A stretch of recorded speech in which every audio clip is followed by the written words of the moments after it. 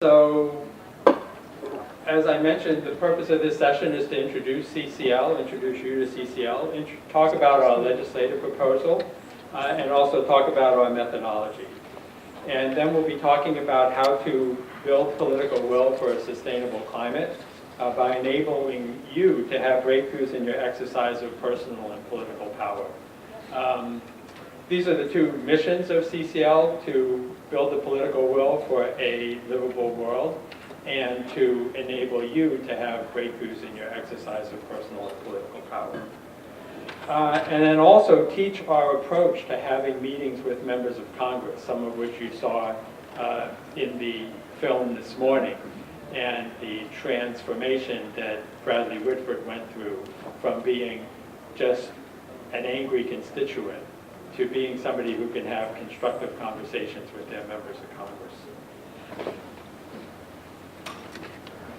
So the first session is on introducing CCL, our legislative proposal, creating political will, and our methodology. And first I want to talk about the founder of Citizens Climate Lobby, a man named Marshall Saunders. And if you're around Citizens Climate Lobby for any amount of time, I'm sure that you'll meet Marshall. He comes to as many of our conferences as he can. So Marshall's a businessman, and like all of us, he has something that inspires him on climate. Marshall's story was actually that he was a real estate agent in Southern California, and when he first began building his career, he got involved with Rotary International. And at Rotary, they encourage you to go off and do something and make a difference in the world. And he wrote, as part of that, when he joined Rotary, people encouraged him to write a sort of personal mission statement that would help motivate him on a daily basis to go off and do something beyond just running a business. And so he wrote a personal mission statement, and he keeps it on his full-length mirror in his bedroom, and he looks at it every day. And I'm sorry I don't have it here with me, but it inspired him to, again, look beyond himself and look beyond his business interests and his job. And over time, he got involved with an organization called Results. And Results is an anti-poverty organization, and they do much like CCL does, and in fact we adopted the Results methodology when CCL was founded. They go and lobby Congress, they work with the media, they meet with their members of Congress, they do outreach at the grassroots level, and they try to build political support for legislation to address poverty. And so Marshall was already familiar with this methodology as he was doing his career. Eventually he retired from real estate, and he began to, because of his interest in poverty, he began to do microcredit loan origination. And so he started working in third world countries to get microcredit loans, $50, $25, $75, something like that, out to very poor families so that they could buy a sewing machine, buy a cow or a goat, and begin to build their own personal sort of mom and pop business, providing services to local communities, and by doing that then being able to pay back those loans. Back when Al Gore's movie came out, he was doing his microcredit business, and Al Gore's movie, somebody remind me what it was called? Inconvenient Truth, right. So the movie came out, and Marshall went to see it one night. And he was so moved by that message in that movie that he went back another 4 times in that same week to see the movie again. And what struck him was that all of this work that he was doing on poverty and microcredit loans was going to be wiped away by rising sea levels, basically, and by the storms and extreme precipitation and other things. And so he thought, if I really want to help these people, I ought not to just do microcredit loans, I ought to go and do something about climate change. So he, in his movie, Al Gore talks about people becoming climate presenters, and so Marshall went and did the training to be a climate presenter for Al Gore. And this is kind of what Marshall does, right? When he gets something into his head, he just goes and he does it. And so he went off and became a climate presenter, and then he started giving these presentations. And one night, after doing about 30 presentations, one night he goes back to his hotel room, and there's a news story on about how Congress has just provided the fossil fuel industry with another $10 billion in tax subsidies. And Marshall thinks, gee, what did I do tonight? I talked to about 30 people, and maybe I got all of them to change one light bulb. How are we ever going to turn the tide? How many more light bulbs do I need to have people change before we can even undo the $10 billion that the fossil fuel companies were just given? And what he realized was, you know what, we need an organization like Results that's going to work on climate change. And that was the origin. Marshall then, probably within months, held his first group start training, as it was called, or climate advocate training, with a small group of people in San Diego, and that was the first chapter, and then he's just built it up from there. So one of the things that CCL does is we always say, we are for, not against. So we're not in the business of creating conflict. We're not in the business of tearing people down. We're in the business of building people up and providing solutions. We're not just going to tell you about all the bad things that will come from climate change. We're here to also talk about a solution to climate change. And our solution is actually very simple. It's called the Revenue Neutral Carbon Fee and Dividend. And this is a program whereby we put a fee on fossil fuels at the point of origin, whether it's a well, a mine, or a port of entry. And we gradually increase that fee over time. Obviously, by putting a fee on something, that's going to drive up downstream costs. So the price of fossil fuel energy is going to go up, which is a good thing, because as we saw in 2008, when gas went to $4 a gallon, people changed their habits. Okay? So there's an obvious relationship between, price and use, and we ought to take advantage of that. One of the key innovations in our policy is that it is revenue neutral, and what we mean by that is all of the revenue raised by the fee is returned to households. And it's not returned to households on any demographic or market basis. It's returned equally to all households.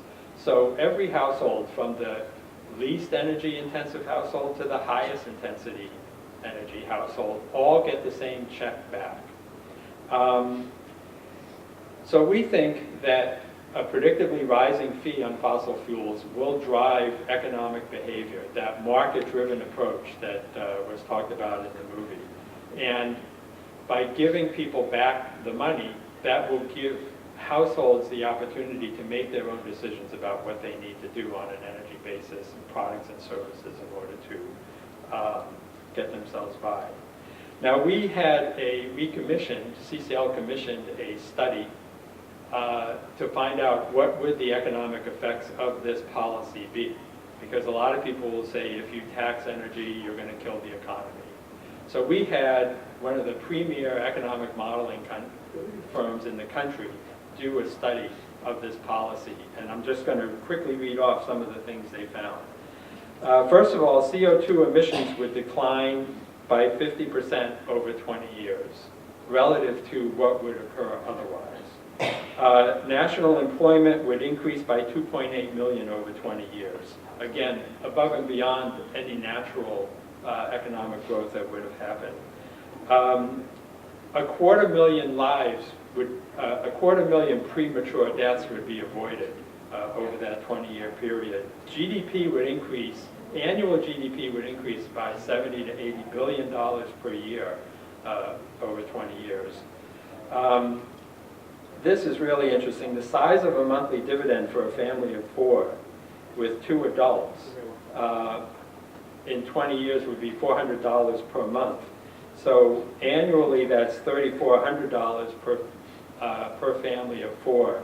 I'm sorry, that's in 2025. What would be the price of the fee? So the fee at that point would be about $2. Sorry, it would be about $200 per ton of CO2. So where is it at $15? Where is it at? Oh, $15. So $15 is the first year. $15 per ton in the first year. Oh, and what would the dividend be? I think it's something like $50 a month or something like that. Electricity prices would peak in 2026 and then start to decrease. Real incomes would rise. The maximum cost of living increase cumulative over the 20-year period would only be in the range of about 2%. So overall, it doesn't even introduce all that much inflation into the economy. Electricity from coal would be phased out by 2025. And then really interestingly, the regional gross product, so if you break the United States up into 9 separate regions, 8 out of 9 of those regions would actually benefit, would have greater regional gross product than they will otherwise. So again, growth pretty much across the board. And in the 9th region, which is really that fossil fuel intensive region down in the Gulf, they would still have growth. Their growth just wouldn't be as much as if we go on with a business as usual. So we have a really great story to tell, and now the question is, how are we going to get that story out? And so as I mentioned, we follow this thing called the results methodology, which is the methodology really developed by results in a kind of incremental way as they found need over their history, because they didn't just walk into some methodology, they had to invent it as they went. So our methodology has 5 different levers. One of them is direct lobbying, like you saw in the movie. Another is working through local media, through meeting with editorial boards, writing letters to the editor, and doing op-eds. The third is grass tops endorsements, so trying to get into conversations with influential individuals and getting them to endorse our policy. Grassroots outreach by arranging showings of movies and engaging your communities, church communities, or other social justice communities that you're a part of, Rotary and so on, to get our message out. And also group and volunteer development. So I don't have a lot of time to go into all of these, but one of the things that we do, and that's a constant, is lobbying. And in fact, lobbying really informs everything that we do. So when you learn our lobbying approach, you don't just apply that with members of Congress, you apply that with your editorial board, you apply that with your influential individuals.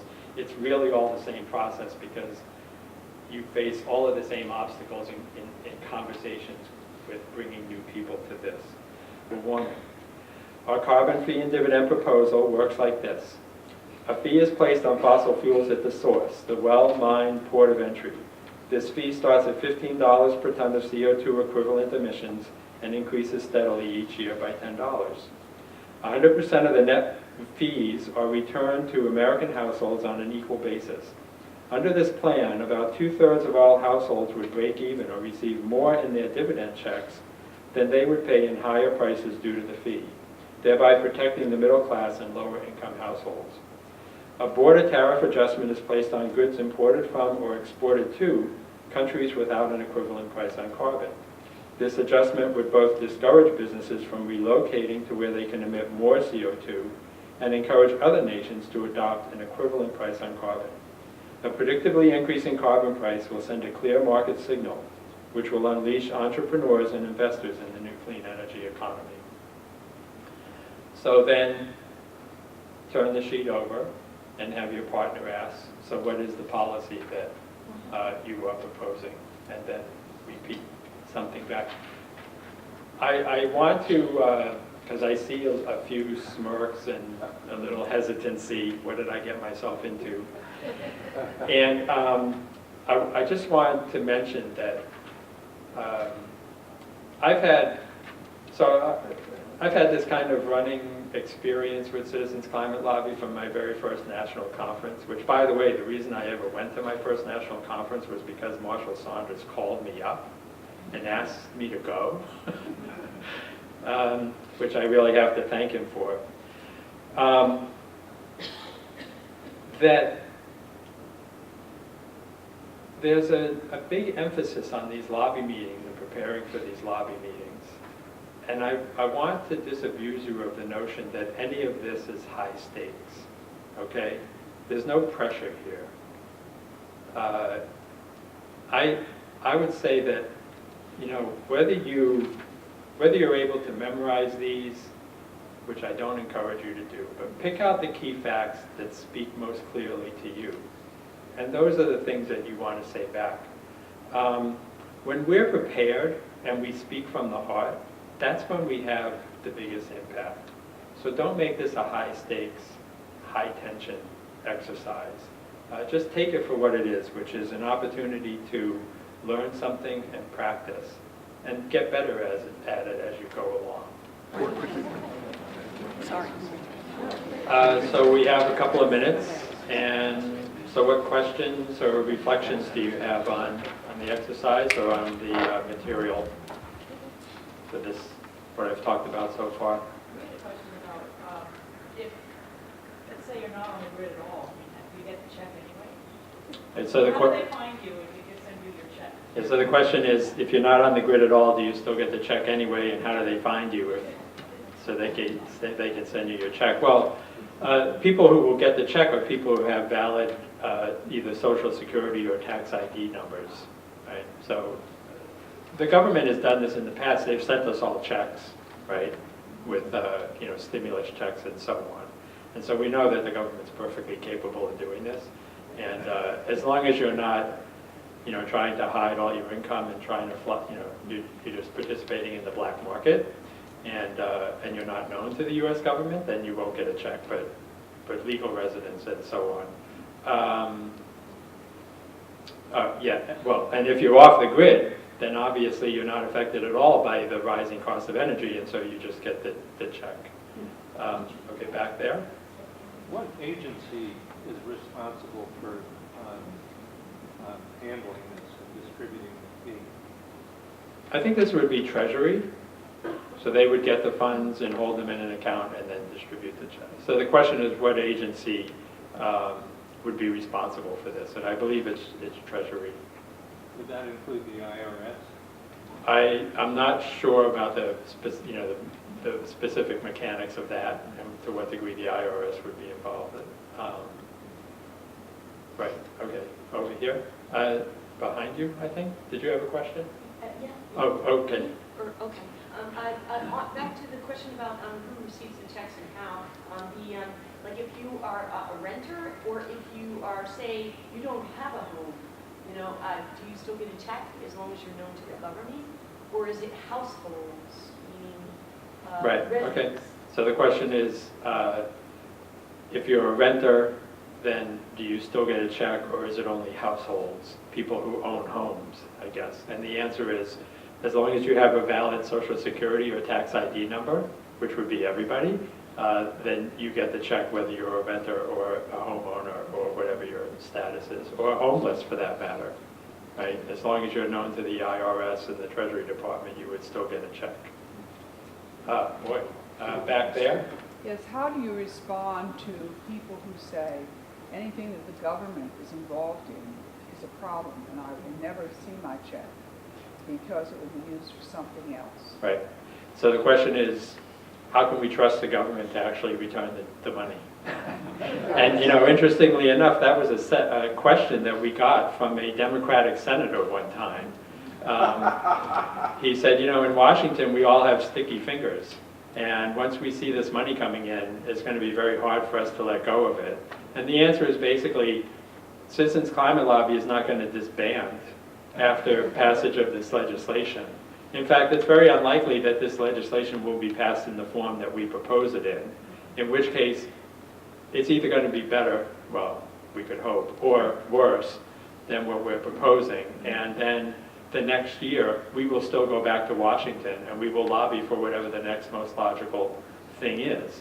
So if, for example, a bill gets passed and it's not revenue neutral at all, then we will be back saying, look, you've got to do something about the disparities that are introduced by the bill that you just passed. And we will try to make it be revenue neutral. If it looks like the money is not going back to households and then instead it's being used to fund other efforts, we will draw attention to that and we will be lobbying our representatives and senators to fix that. So they will say that they are paying higher costs, but that to get their money back, they must rely on our lobbying efforts. Is that correct? We have to continue to fight for something that's fair, simple, and transparent. Okay. And we would just continue doing that. Over here? That term revenue neutral, it's Yeah. not like a common term. So what do you mean by revenue neutral? What- It would be nice for this to be common everyday language. Yes. So the question is, what do you mean by revenue neutral? It's not a common everyday term, so people might not understand it. And what we mean by revenue neutral is that it does not cost the government anything in order to implement this proposal. Okay, but why not just say that? Well, so the question is, why not just say that? And that's why I said, when you practice the laser talk, you don't have to use our language, right? You can use language that comes naturally to you. And it may well be that you discover a better way of saying it that is easier to convey, that people just naturally resonate to, and that's a good thing, right? I have to say, in my time in CCL, my language has evolved from being, strictly speaking, what CCL is proposing at any given time, to, again, what feels most naturally to me, and what I feel is going to be most effective in conveying my message to the audience. So it's something, we are not dictating that you have to use exactly our language at any point in the conversation. It's really about... Just use plain, ordinary language. No, right, and what I'm suggesting is you're free to do that when you get into your meetings. And I do it to the best of my personal ability, right, because that's all I have to draw on. Okay, we'll take one more question and then we have to move on. I almost hear screaming inside my head. Redistribution, redistribution. What do you do about it? Of wealth. Right, exactly.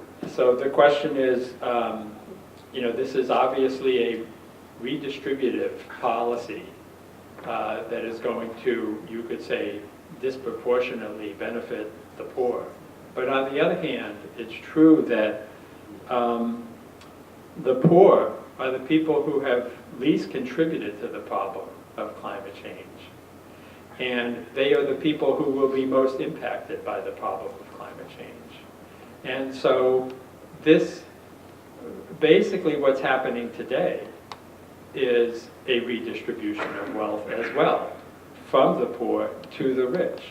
And so this policy proposal does nothing more or less than simply level the playing field. But I'm mainly interested in the politics of that. We just had a $1 trillion tax bill passed. It does just cements in, take from the poor and give to the rich. I mean, I'm sorry to sound political, but there's a huge political implication of this based on what we see going on around us all the time. So the statement is that there's a huge political, The implications are there's basically... huge political implications to the policy that we're proposing. And No, there's it's like buzzwords going off in the heads of the people you're trying to convince. yes, They see wealth redistribution. right. Their idea of wealth redistribution, some of them, is take from the poor and give to the rich because the rich know what they're doing with it and they'll create jobs. Yeah. Right? We just did that. So we're up against something that is really heavily, if anything, going in the opposite direction. Yeah, we are up against something that is really heavily going in the opposite direction, and that's been true. That is true at almost every point in our fight. And so we're going to get to how you deal with that personally, not necessarily that specific question, but how you deal with that on a personal basis and keep going. Is it that heavy a redistribution? Is it as extreme as? Okay, so we really have to move on. Is it really heavily, I mean, the lower 60% of households benefit from this. They either break even or they come out ahead, right? I don't know, you know, in the upper 40%, they either break even or they come out behind. Now, is that heavily redistributed? But the actual dollar values compared to the new tax bill are probably substantially less. Well, in 20 years, we're going to be collecting over $1 trillion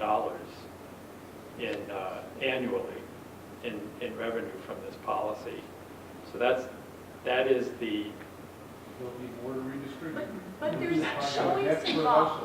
It's not straight redistribution because there's choice involved. If I have a yacht and I don't like this Sure. extra money on me, and I can decide I'm not going to use my yacht so much. Yes, you That's can choose. the point of it, is incentivizing people to use their card.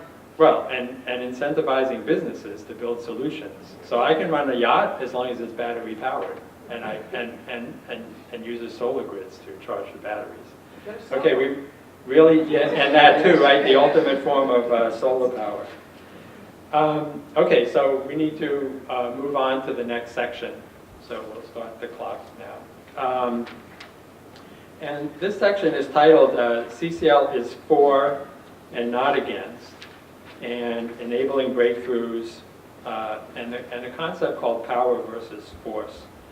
So as I mentioned, CCL's dual policy mission is to create the political will out in the world, in the Congress, and in our districts for a sustainable climate. And we're going to do that by enabling you all to have breakthroughs in your exercise of personal and political power.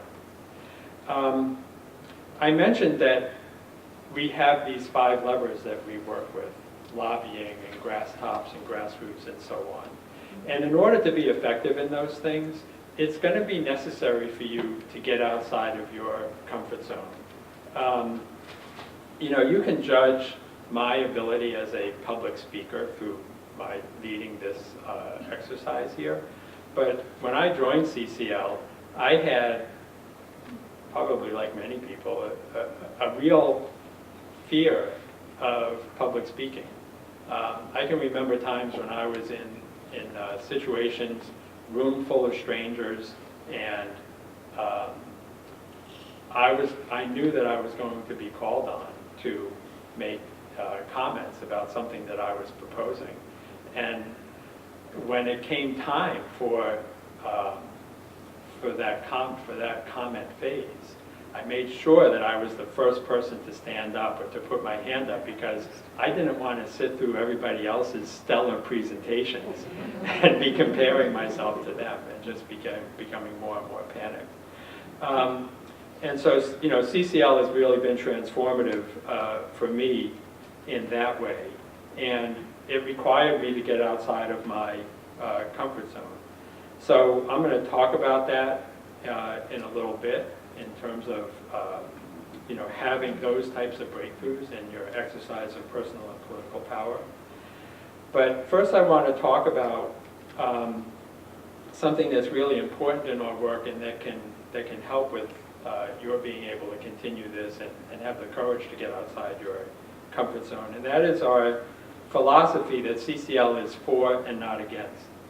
So the second Saturday of every month, we have a national conference call, which is split up into 3 parts. First, there is an educational piece where we get a nationally recognized speaker, and then we do reports from the field where we gain inspiration, and then we do what are the recommended actions for the coming month. But one time we had a speaker on named Rob Willer, and he teaches at UC Berkeley, and he wrote a book called Apocalypse Soon: Dire Messages Reduce Belief in Global Warming by Contradicting Just World Beliefs. And what Rob Willer told us is that if all you do is go out and talk about all of the bad things that are going to happen from climate change, then people are going to have this attitude that there must be something wrong with your understanding, because how could we as a society have screwed up something so big as this, right? On the other hand, if you talk somewhat about what some of the implications are going to be, but then also offer a solution, then people will say, wow, you really know your science. And it's that other part about offering a solution that gives people the capacity to say, oh, maybe there is a way out of this problem, and maybe it's not just all doom and gloom. Maybe there is some benefit or some optimism. So, so we pride ourselves as being an organization that is for and not against in that very explicit way of always offering a solution and always talking about the solution and being optimistic about the solution. But also, rather than talk about all of the remote possibilities of doom and gloom and disasters, climate disasters, extreme precipitation, and all the rest, making our experience of climate change very personal. And this is kind of summed up in a quote by E.B. White, which we call Save versus Savor. And E.B. White said, "Every morning I awake torn between a desire to save the world and an inclination to savor it. This makes it hard to plan the day. But if we forget to savor the world, what possible reason do we have for saving it? In a way, savoring must come first." And so I want to tell you a story. It's about myself and a little bit about my personal save versus savor experience. And so when I was young, I grew up in Billerica, Massachusetts. It's a town a little bit northwest of Boston. And we grew up in a three-family farmhouse. And in fact, we were the first family to own this house after it had been converted from a working farm. It was a three-story house. It had bedrooms on the second and third floors. And as you can imagine, that third floor could get kind of warm during the day because there was no attic to protect it from the daytime heat. And, but the interesting thing about living in that house was that even on a hot summer day, when we went to bed at night, if we left the windows open, things would cool down. And I learned as I was growing up, because my father was an iron worker, he had to work outside. And so his job and whether he was going to go to work or not was very dependent on what the weather was going to be like. And so every night he would watch, he probably would watch 3 different weathermen every night just to make sure that he knew what the story was going to be for tomorrow and whether he was going to be going to work or not. And because I was young and because he was my father and because I saw how concerned he was about the weather, I used to watch the weather with him and pay attention to it. And I remember the weatherman of the day talking about something called radiational cooling. And what radiational cooling is that during the day the earth warms up. I mean, the actual soil, the ground, the buildings, the trees, everything warms up during the day when the sun is out. But at night, if there's nothing to hold that heat in, that heat is just going to radiate out through the atmosphere. Now, if it's cloudy and if there's a lot of moisture in the air, water is a very potent greenhouse gas, and so it's going to tend to kind of hold that in. But at night, if it's a cloudless night and it's the middle of the summer, it's going to cool off pretty rapidly. And so I remember them talking about radiational cooling. So I was probably 10 or 11 years old and watching the weather and hearing this phrase. So you could get these dramatic temperature swings between daytime highs and nighttime lows. So one of the things that happens when we add carbon dioxide to the atmosphere is that the difference between those daytime highs and nighttime lows compresses. And in fact, what happens is the nighttime lows tend to creep up because it's harder for the heat to get out of the atmosphere. And so now what I find is that I'm glad I'm not living on the third story of a farmhouse in Billerica, is that if we keep our windows open, and at my house we don't have built-in air conditioning. We don't have a lot of air conditioners in the window. We depend on the nighttime cooling to make it comfortable for us to sleep. And what I notice is that we just don't get that same kind of cooling going on. And I don't experience the waking up in the middle of the night wanting to close the window because it's too cold out. So this may not sound like a big deal to a lot of people. A lot of people might think, well, you've always got the air conditioner, you could shut your windows and turn the air conditioner on. But you know, I like the luxury of being able to sleep with the windows open and feel that old-fashioned radiational cooling kicking in, but it's not there anymore. And I've heard this from other people as well. So you can't always tie things to climate change, but I'm imagining that there are things in your life, personal experiences that you've had, where you say, this just isn't the way that it used to be, and I miss the way it used to be. And that's a much more powerful message to be giving to somebody if they don't believe in climate change than to be talking about sea level rise and extreme precipitation and flooding and coastal erosion and stuff like that that is distant both in time and space and isn't going to be as impactful. But when you tell a personal story, it is. A second thing I want to get to is how we're not going to do this by being the people who come in and pound on the table and take an adversarial approach to the people who are not willing to do pass our policy. And so I want to tell you a story that kind of crystallizes this, and it comes from Mark Reynolds and Marshall Saunders. When Marshall Saunders first hired Mark Reynolds to be the executive director of Citizens Climate Lobby, Marshall made a comment to Mark and said, do you think we can use Gandhi as a model for the work that we're going to do? Not because he was an inspiring and important historical figure, but because I think we're up against something like ending slavery. I think we're up against something like getting women to vote. And this is probably as monumental a thing as either of those efforts. And so the story, I think, that sums up a little bit of what Marshall was getting at was this one. Before the start of the 20th century, there were about 62,000 Indians living in South Africa, including the British colonies of Natal and the Cape, and the borough republics of Transvaal and the Orange Free State. And most of the Indians were indentured laborers or newly freed laborers.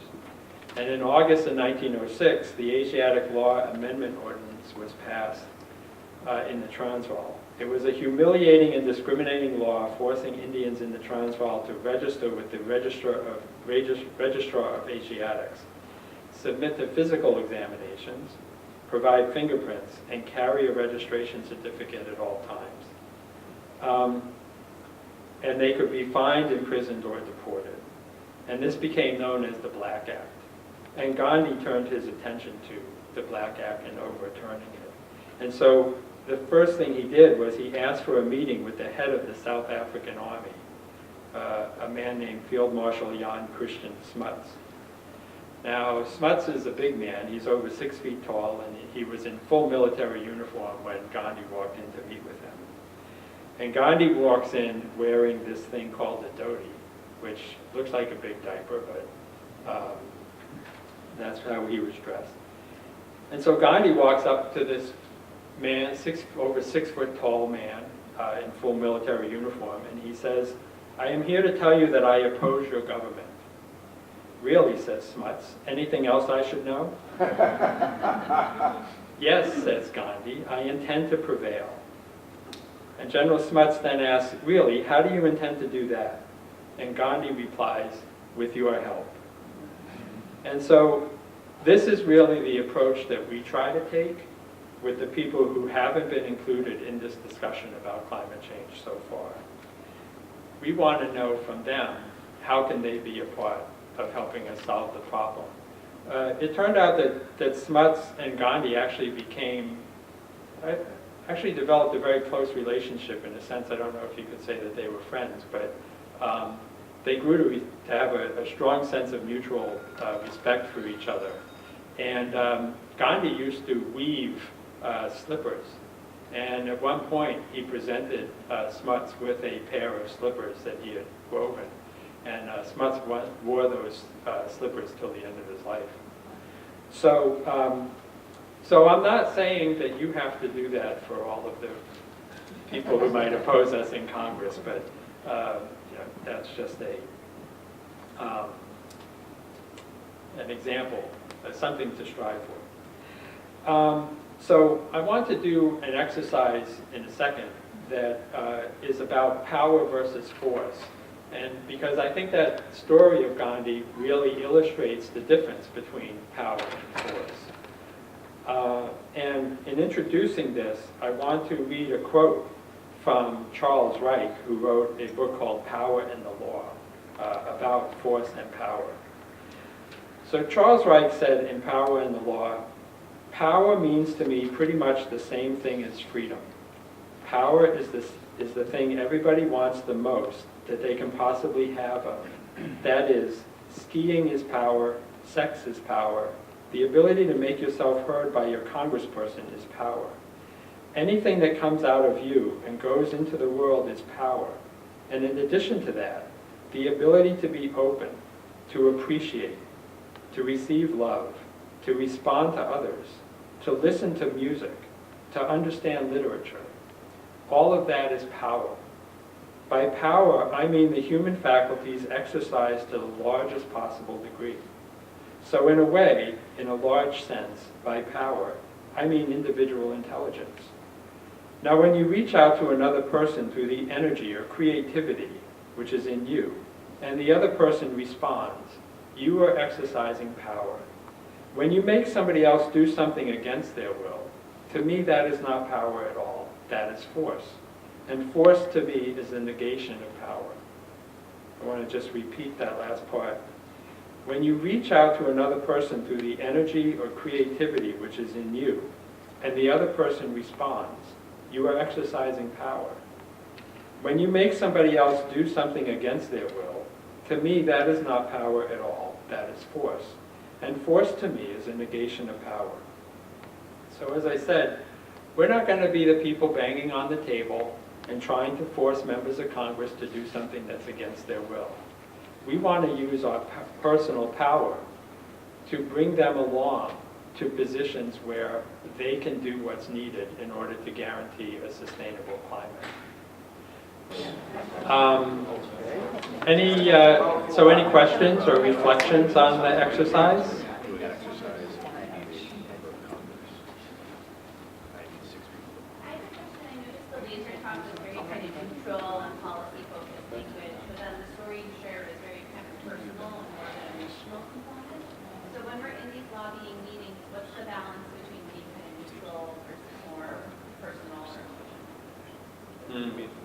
Repeat the question. The question is, the story that I talked about for myself was more personal and emotional. Yeah, but the laser talk was very policy oriented and neutral. And so when you go into a meeting, what's the balance that you should strike? What you're going to find when you go into a lobby meeting particularly is that there isn't a lot of opportunity to spend sharing personal stories. And so there you're going to be more focused on the aide or the member of Congress that you're talking to and maybe trying to get them to elicit from them their personal stories. But if everybody went in and shared their personal story, the meeting would be over and you wouldn't have gotten to your ask. On the other hand, when you go out and do grassroots or grass tops outreach, or when you're writing a letter to the editor, or when you're writing an op-ed, those are ideal times for sharing personal stories because there'll be less time pressure, and you're seeking to make those personal, you're looking to really connect on a personal level with somebody in order to get them to take a leap to come over to our position, and maybe get them to recognize that they have their own personal experience about climate change. So there's never one answer to what you do. It always comes down to circumstance and how you might be feeling. Okay, so the next part, the culminating part of the training, is actually going to result in your preparing for your first meeting with a member of Congress, and then holding a mock meeting with some seasoned volunteers who are going to come in and act as members of Congress for your meeting. But before we get to that, I want to talk about the one very important approach, one very important philosophy that we have whenever we hold a meeting with a member of Congress or their staff, or for that matter, any of the other people that I've talked about. Faith communities, other communities that you're in touch with, grass tops, grassroots, editorial boards, journalists. And that is that CCL always walks into every meeting that we have with whoever it is with an attitude of respect, appreciation, and gratitude. It's not easy being a politician in today's environment. And so the last thing they want is to be attacked in their own office by a group that's irate and that is making demands on them. And again, it comes back a little bit to that Gandhi smut story, that you walk in from a position of respect, appreciation, and gratitude, recognizing that the people that you're talking to have to be part of the solution. So let's treat them with the respect that they deserve. So I want to give you a little story that kind of illustrates this. And I've talked about Mark Reynolds. So Mark Reynolds is our executive director, and he used to be in the area of organizational development, by which I mean not fundraising and that sort of thing, but working with large corporations to improve workforce and management style and things like that. And so what Mark would say is, we aren't the angry, yelling people. Politicians are parents and grandparents, and we should be able to find some common ground with them and commonality. So Mark was doing a climate advocate training like this one down at the University of Alabama, and because it was a university, there were 30 students in the room. And they were going to prepare to have a meeting with Jeff Sessions. Now, Jeff Sessions is our current Attorney General, and these 30 students didn't feel off the cuff like they had something that they could appreciate about Jeff Sessions. But Mark wasn't going to let them get away with this. And so in preparing for your meeting with a member of Congress, every time you go in, it's important that you bring in some sort of comment of appreciation for something that your member of Congress has done recently, or said, or sponsored legislation, or co-sponsored legislation, or whatever it might be. And it doesn't have to be about the environment, and it doesn't have to be about climate change. It could be about something else entirely. So in any event, as you prepare for your meeting with other CCL volunteers, the question is going to come up: what are we going to appreciate about this member of Congress? Yes? How many? How many? No, I just need to know how many. People that, I don't know who you've got, I have 4. Okay, so Daniel? So they'll be coming in, or they're, They're here. This is the group start? yeah. Okay, can you just get me their names and so we have 4 other people. Hold up your hand if you offer it. Yeah, so there's Daniel. 4 here and then Greg and myself can do it. All right, well, so you got Okay, perfect. So you and Greg as well. Okay, great. 6. About what time would you like to see? Just about like 5 after. Yeah. So when you prepare for your meeting, the question is going to be asked, what are we going to appreciate about this member of Congress? So Mark, in leading this session with these 30 students, got to this point and he asked, okay, what do you appreciate and admire about Senator Sessions? And these 30 students looked at him with that kind of look of, surely you jest. So they stared at Mark for about 5 minutes, doing that whole, I'm not going to be the first person to talk thing. And finally, one young woman raised her hand and said, well, we're all science and engineering majors here, and actually Senator Sessions has got a lot of money for our schools. And so here's the tricky part. Mark asked them, Senators, do you genuinely appreciate that? And they said, yeah, we do. And only then did they begin to plan the meeting. So you can find something about your member of Congress that you appreciate, even if it's simply, I appreciate that you continue to stay in Congress during these very difficult times. So that's just something I want you to be aware of, and I hope you won't forget in the pressure cooker of the national conference when you're down there planning your meetings with members of Congress. Always be prepared when you walk in the door for that statement of appreciation and gratitude. We have a structured approach to running our meetings. It depends on a number of roles that we assume will be assigned or that people will take on in the meetings. And they're documented in this meeting outline. So this outline is for an initial meeting with a member of Congress or an influential individual or somebody like that.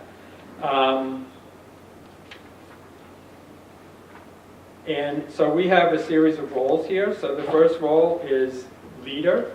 So somebody is going to have to be the person who, in the case where people aren't spontaneously signing up, either delegate or be the tiebreaker for decisions.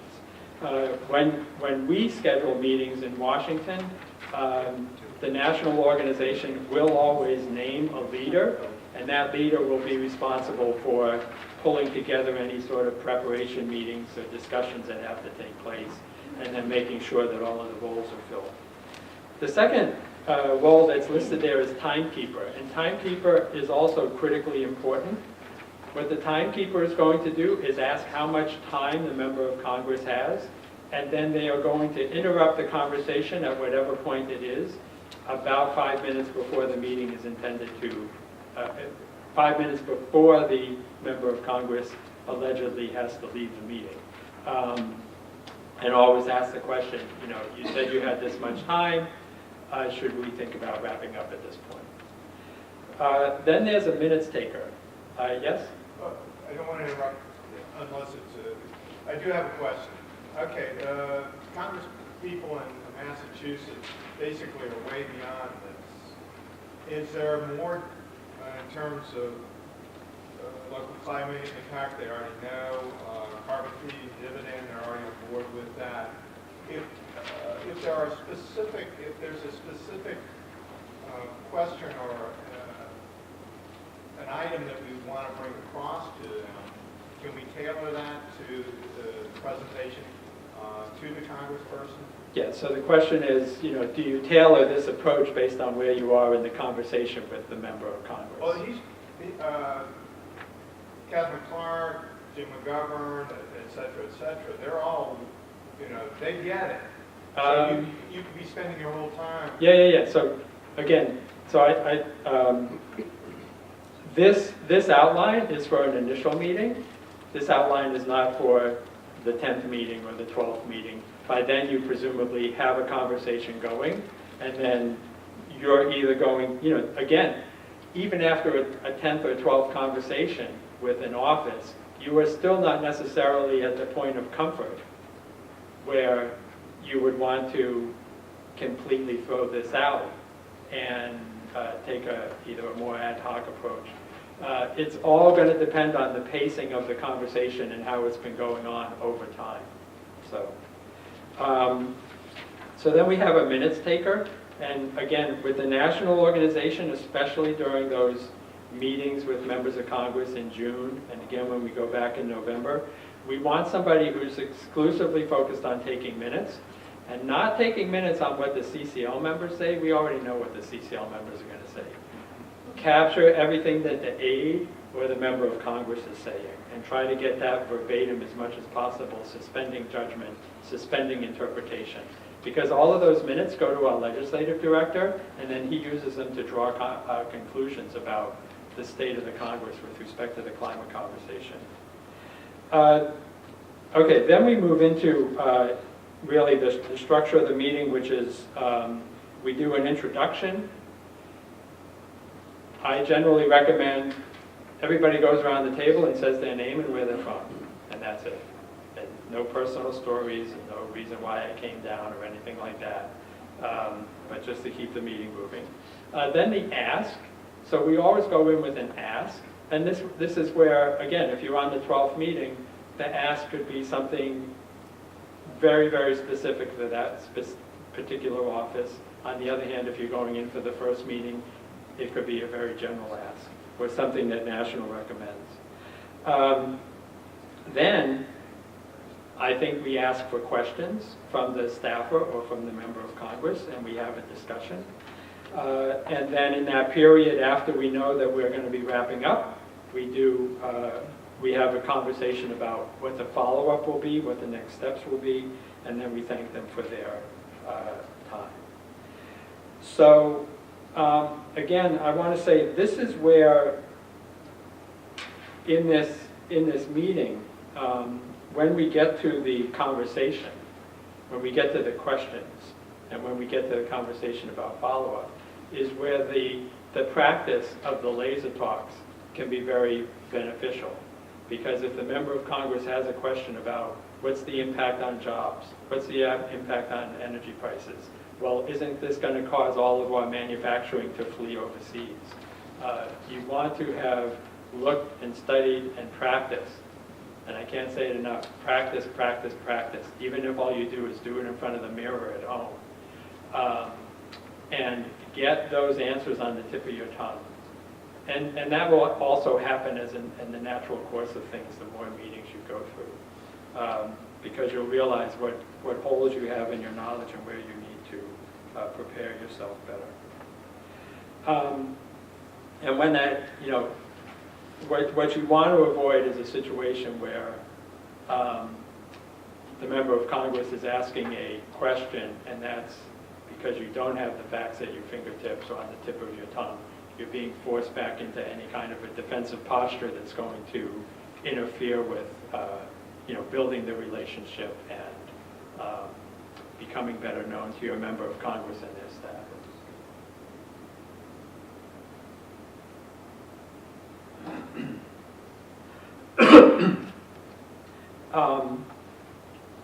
I just want to spend 1 second on the ask. So our generic ask is listed here on the sheet at the bottom. And so if it's a Republican, our ask is that you, member of Congress, introduce legislation that puts a fee on fossil fuels and returns the revenue to American households. And we have more to say on that later, but we would like to know what your priorities are for climate, energy, and energy policy. And we're going to come back after the discussion in the follow-up section to reiterate whatever the ask was coming in order to make that part of the follow-up, the consideration of what the follow-up actions will be. But you put it out there at the beginning so that the member of Congress or the staff member knows what you're talking about and why you're there. And then you have the conversation and develop some context and understanding. And then you come back with the ask and say, so how can we follow up on this ask of ours? So that's the structure of the meeting. As the conversation with your member of Congress evolves, you're going to get away from the ask associated, that might be coming from national, and have, again, specific asks for that member of Congress or for the district. And so now, and at the end, at the very end of the meeting, as part of that follow-up discussion, one of the things we always ask is, who do you work well with from across the aisle? Because we are trying to promote this sense of bipartisanship. And so we would like to know, not, what do you think about Democrats, or what do you think about working with Democrats, or vice versa for Republicans. Again, bringing it back to that personal level and saying, who do you personally enjoy working with across the aisle, rather than, do you like working with Democrats, which is too general and not actionable. Does anybody have any questions?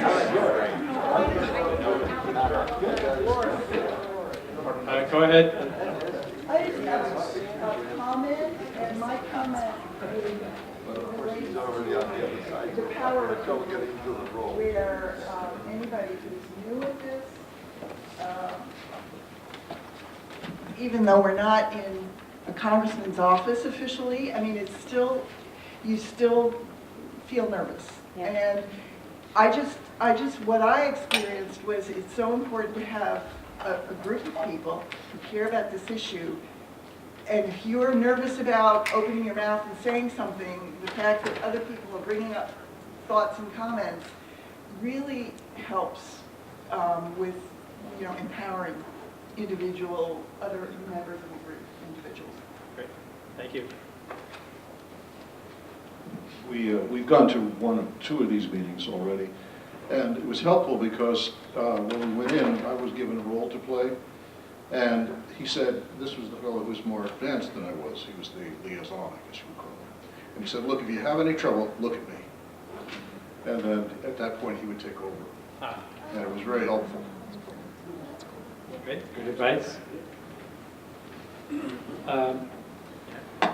As note taker, I thought in the experience that my group didn't get to hear what notes I took, but it would have been helpful for me in advance to write down a couple of categories of things I needed to make sure to get. Like, for example, concerns, questions, concerns expressed, questions asked, connections offered, and deliverables by our group, or some I thought of. Great. I think it's also important to write a thank you note following up your visit.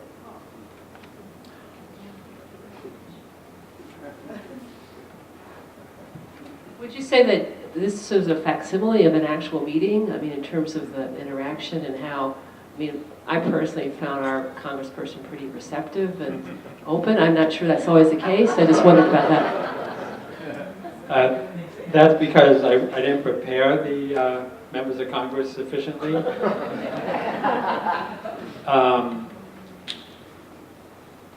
This is actually pretty representative. When I walk around and I listen to the conversations happening in the mock meetings, they sound just like authentic meetings to me. So you've pretty much experienced your first meeting with a member of Congress. One of the things that happened in our meeting was we occasionally started going down a rabbit hole that wasn't about the purpose of the meeting. And it was really useful to be a group because somebody else would kind of bring us back. And then, of course, I'm the person I'm talking about who was doing that. And it was, and so it was helpful to, oh, that's right, why am I talking about this? So. Yeah.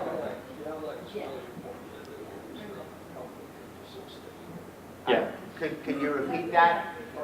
He's saying the outline was very useful. It was important. It acted as an important guide, and it's important to stick to the outline as you go through the meeting.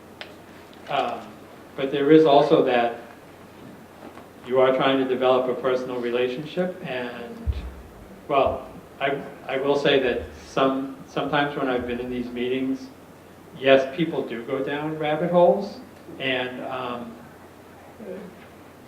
because there are so many topics to talk about, there are so many agendas that people feel strongly about, and so anytime there's an opportunity to bring that up is something that people want to take advantage of.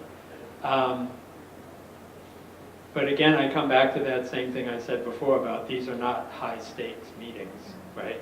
That sometimes meetings do get derailed, but the promise is that there will always be another opportunity to set things right and to get back on track.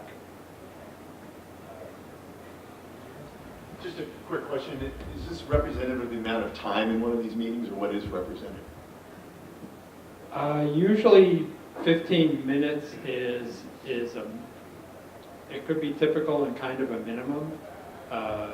If you're going to meet with a member of Congress, that will be a very brief meeting. It could be 10, it could be 15, it might be 20. It's rare that they say that they have longer than that, although if they're enjoying the conversation, they will take longer than that. With an aide, you'll typically get, it's sort of 20 minutes plus. Maybe it's as much as a half an hour. I had a meeting with an aide that we had met with in June, and we met again in November, and he was very firm about saying that he only had, I think, 10 minutes to meet with us. So I want to get elsewhere.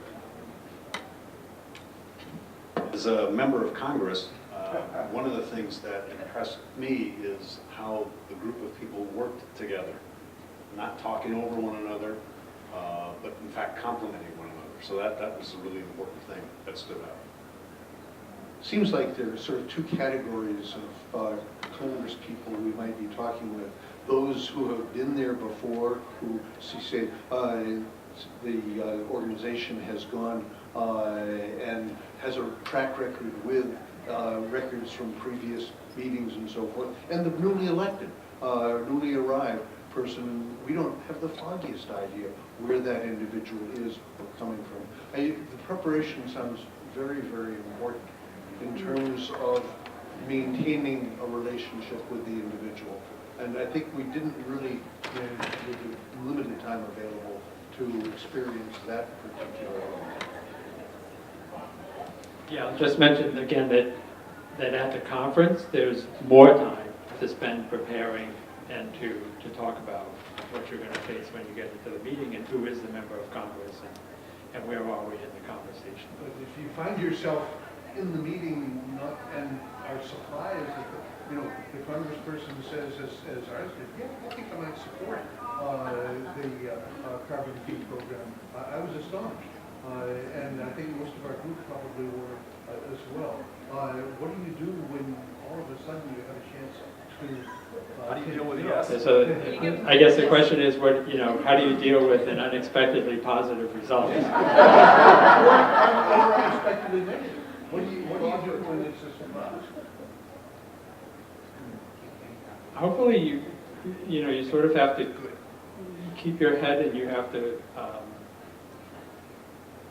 think, okay, well, now, so if this is the situation, then what is the next question? If it's a surprisingly negative result, if you will, then you need to wonder. Well, I guess the classic response to a negative result is something along the lines of, really, why do you feel that way? Or, oh, really, what have you heard that convinces you of that? And try to, one of the phrases I use over and over again is meet them where they are. Don't try to meet them one or two notches up from, to where you want them to be, but rather, show genuine curiosity about why they hold the position or the opinion that they do.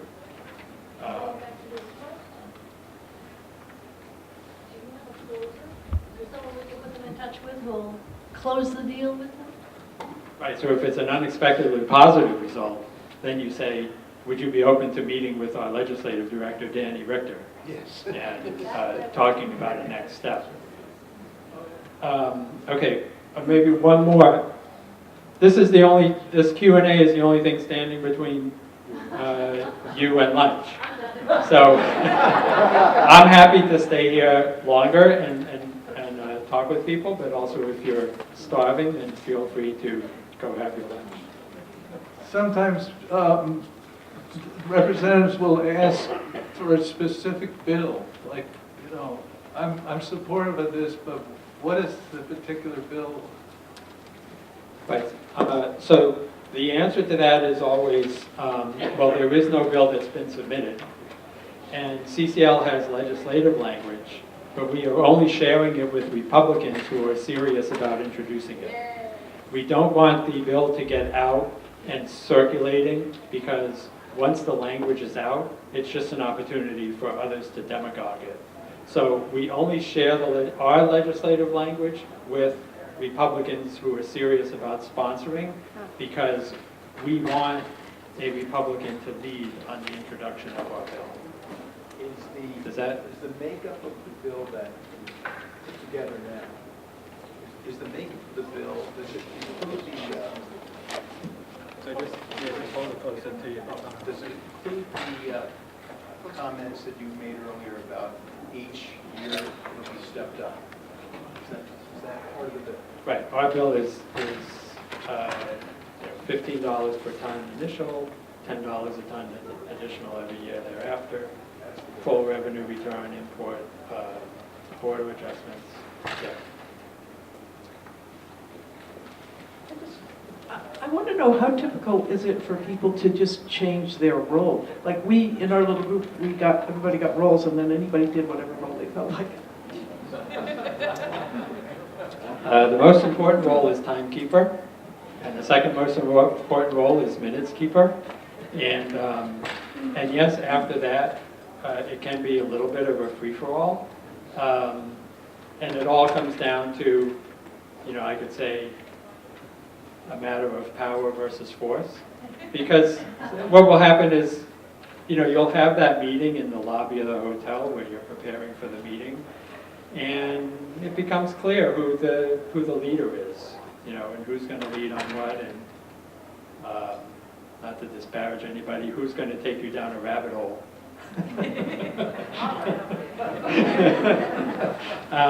Right, so you kind of know that.